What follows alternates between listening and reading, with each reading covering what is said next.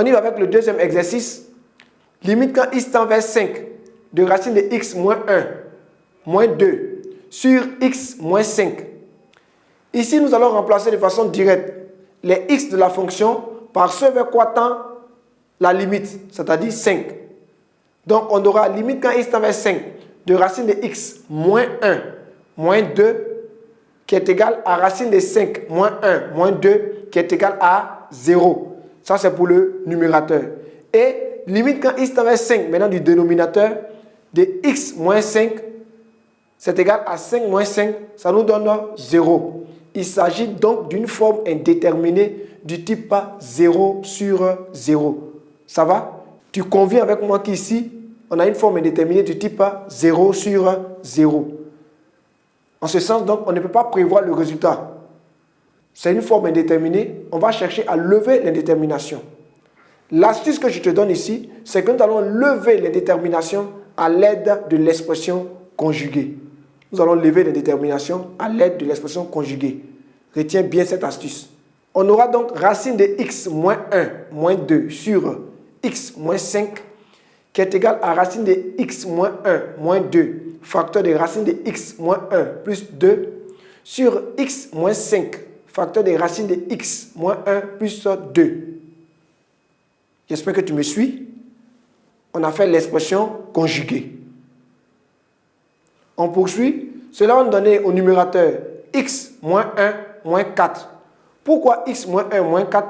Simplement parce que racine de x moins 1 moins 2 facteur de racine de x moins 1 plus 2 est une écriture de la forme a moins b facteur de a plus b.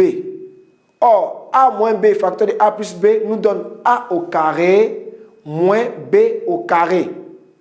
Ici, notre a représente racine de x moins 1 et notre b représente 2.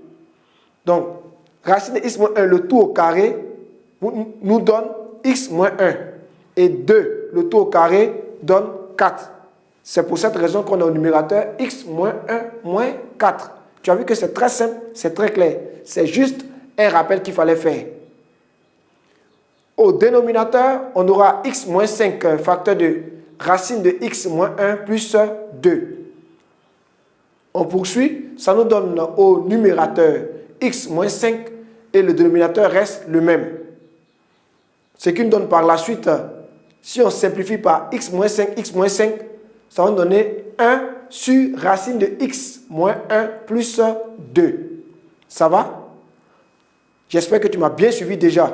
Ça va? J'espère que tu m'as bien suivi déjà jusqu'à ce niveau. On poursuit.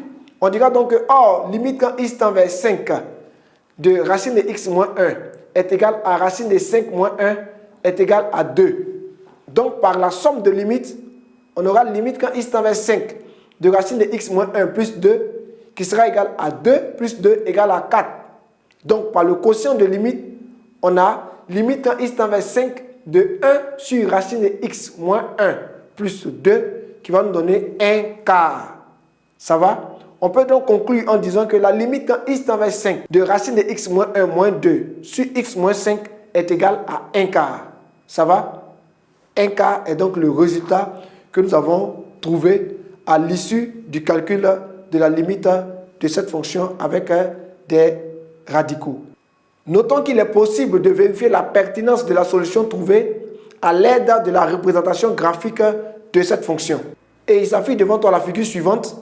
Tu vois avec moi que la fonction f de x est égale à racine de x moins 1 moins 2 sur x moins 5 est la courbe en rouge définie. En 5, la fonction n'est pas définie. Pour la simple raison que si on remplaçait le 5, ce vers quoi tend la limite, par le dénominateur, on va obtenir 0. Or, il n'existe pas 0 au dénominateur. Donc ici, voici un peu comment on représente la courbe représentative de la fonction avec laquelle nous avons travaillé. C'est-à-dire f de x égale à racine de x moins 1 moins 2 sur x moins 5.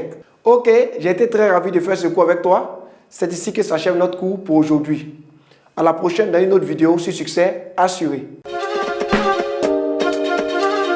Succès assuré.